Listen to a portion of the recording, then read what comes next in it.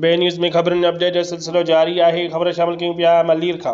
मलीर जे Shah Latif town में land ग्रेबरनि आम शहरनि जो जीअं जंजाल करे छॾियो। MDA खां तस्दीक़ करण बावजूदि घरनि जी अॾावत लाइ बासरनि पारां भदे उगाड़ीअ जे वधंदड़ आज़ार ख़िलाफ़ इलाइक़े वासी रस्तनि ते निकिरी आया एहतजाजी मुज़ाहिरो। बासरनि ख़िलाफ़ शिद्दती नारेबाज़ी। उन मौक़े ते मीडिया सां ॻाल्हाईंदे शेर मोहम्मद लाशारी, मुस्मात परवीन, माशूक अली ऐं ॿियनि ॿुधायो त कब्ज़ा माफ़िया शानी रांगड़, शाकर गपोल, मुइन शाह, शाहजी उर्फ़ नौबत ख़ान ऐं ॿिया शाह लतीफ़ टाउन में ग़रीब मिसकीन पुरत माण्हुनि जे प्लाटनि ते जाली कागज़नि जी आड़ में कब्ज़ो करे ॻरी रक़म वसूल कनि था। ज़िले इंतिज़ामिया ऐं हद पुलिस वटि सवें शिकायतूं ऐं केस दाख़िल आहिनि, पर केर बि क़ानूनी कार्रवाई करण लाइ तयारु नाहे। हुननि चयो त घरनि ते काहूं, चादर, चौदीवारी जो तक़दुस पामाल करे औरतुनि ऐं ॿारनि ते तशदुद जो निशानो बणाए इलाइक़े में ख़ौफ़ जी दहशत क़ाइमु करे छॾी आहे।